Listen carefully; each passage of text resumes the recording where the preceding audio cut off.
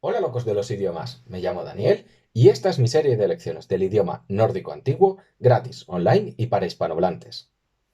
En este vídeo, como veis, os traigo una pequeña lección de la gramática y de la ortografía del nórdico antiguo en la cual nos vamos a centrar en la declinación de los sustantivos femeninos fuertes y débiles. Vemos que tenemos en esta pizarra dos partes principales que, aunque no lo parezca, sí que son dos partes, y estas son la parte central de la pizarra, que tiene la tabla de las sufijaciones de las diferentes declinaciones que existen, lo importante, con lo que os tenéis que quedar sí o sí, y unas notas adyacentes que rodean esta tabla que, aunque no sean tan importantes, sí que nos van a servir para familiarizarnos mejor o para leer, escribir, escuchar o hablar en este idioma bastante mejor. Todo lo que veis en esta pizarra lo tendréis en la descripción del vídeo para copiar y pegar en vuestras notas digitales o físicas. Quienes tengáis problemas a la hora de ver la pizarra podéis activar los subtítulos de la lección para parar, retroceder y volver a verla a medida que ésta progresa. Si queréis podéis hacer una captura de pantalla de esta pizarra, aunque colgaré una foto de esta pizarra en Instagram para quienes quieran verla en más detalle. Y comenzamos. En primer lugar vamos a ver cómo diferenciar las diferentes partes de esta tabla. Y estas son las dos declinaciones que existen, que son las declinaciones débiles, una sola, la declinación débil, la declinación general, la que más vamos a ver en las palabras del nórdico antiguo, y las declinaciones fuertes, que por cierto usan la nomenclatura de Jan Terje Fahrlund, y estas son la A, I y R. Declinaciones A, I y R. Aunque podíamos haber usado otro tipo de nomenclatura, como por ejemplo la que usa Beildon, que sería sexta, séptima y octava declinaciones. Después, dentro de estas columnas tenemos dos subcolumnas, y estas son las de los números gramaticales, el singular y el plural, S y P, respectivamente. Las filas se diferencian en horizontal con los casos gramaticales, y estos son el nominativo, acusativo, dativo y genitivo, organizados de esta manera para agruparlos y para resaltar estas agrupaciones y hacer la memorización de estos sufijos bastante más fácil. Eso sí, antes de empezar a mirar estos sufijos, hay que empezar por cómo identificar un sustantivo femenino en el nórdico antiguo. Y normalmente las palabras se pueden diferenciar por cómo terminan. Y en el caso de los sustantivos femeninos, si una palabra termina en a o en ez, si es ing o ung, si es ska, sla o otta, esta sección de aquí, todas estas palabras en nominativo singular se pueden considerar como sustantivo femenino. Después vamos a empezar por la primera declinación, la débil o la declinación general, la más abundante. En el nominativo en singular tenemos una de las marcas que ya identificaban estos sustantivos femeninos, la A. Después, en acusativo, dativo y genitivo tenemos la misma marca, U. Pasando al plural tenemos nominativo y acusativo, UR, dativo, y genitivo, na. A, U, UR, na. No son muchas marcas para memorizar, pero son bastante importantes.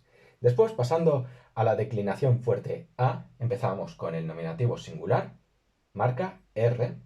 Después tenemos el acusativo y dativo I y el genitivo AR.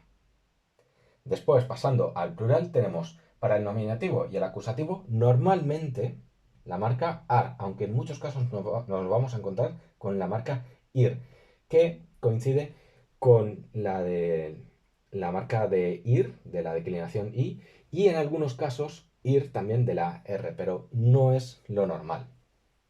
Para el siguiente caso, que sería el dativo del plural de la marca A, tendríamos dativo y genitivo a. Aunque si nos ponemos a diferenciar diferentes subclases, hay una en concreto en la declinación a que en lugar de tener r en el nominativo singular no tiene marca. O sea que hay que ir con cuidado.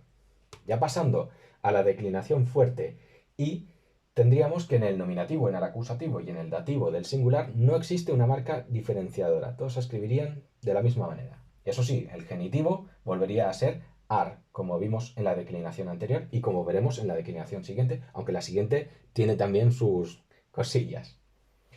Como vimos antes, el nominativo y el acusativo en plural de la declinación ir Bueno, declinación I sería IR precisamente. Esta es una marca diferenciadora de esta declinación. Después tenemos el dativo y el genitivo a, que esto es la parte regular de estas declinaciones. También tendríamos que tener en cuenta que en esta declinación aparecen palabras en las que se termina con ul o ur, que terminan siendo eliminadas cuando se añaden algunas de estas sufijaciones por umlaut. Algunas palabras como an terminan también en un por el umlaut, y algunas vocales de las raíces son protegidas de los efectos del umlaut cuando se les añade una J o una V entre la raíz y la sufijación. Esto es un fenómeno bastante interesante. Por último, tenemos la declinación fuerte R.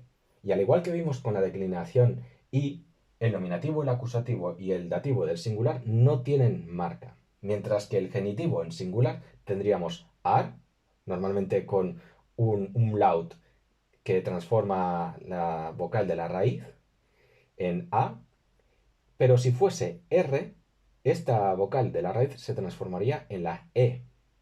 Cuando pasamos al plural, el nominativo y el acusativo normalmente terminarían en R y la vocal de la raíz se transformaría en E. Pero en muchos casos en los que se registra en poesía que se cambia la R por ir, el umlaut sería a una A. Aquí habría que memorizarlo un poquito. Dativo, de nuevo, tenemos y genitivo a. Ahora bien, hay unas buenas cuantas palabras en esta declinación, la R, que o tienen sus propias reglas o que en sí, por términos históricos o porque por cualquier otra cosa, pues no son de este tipo de regularidad a la hora de sufijar. Y estas serían, como por ejemplo, Hund, Kür, Mother, Daughter, Sister, las palabras de parentesco, Bot, Bru, Flo, Fru, Ho, Glo, Cro, Lio, Ro, To, Tru y Thro. Por último, para terminar la lección, tendríamos que tener en cuenta los umlauts y umlauts que ocurren en las raíces de estas palabras.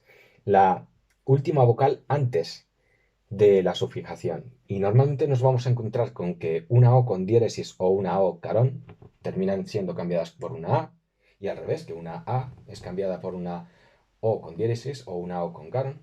Una O con tilde termina siendo cambiada por una ash, y otros muchos casos. En la descripción del vídeo tendréis algunas palabras con las que podréis practicar un poco este tipo de declinación. Y bueno, esto es todo por ahora. Espero que os haya gustado. Si es así, no olvidéis darle a like, comentar, compartir, suscribiros al canal para estar más atentos al contenido que voy subiendo. Podéis ir a los grupos de Facebook, podéis ir a Instagram, podéis apoyarme por Patreon o ir a visitar la página daniversity.com. Y bueno, sobre todo aprended. Muchas gracias.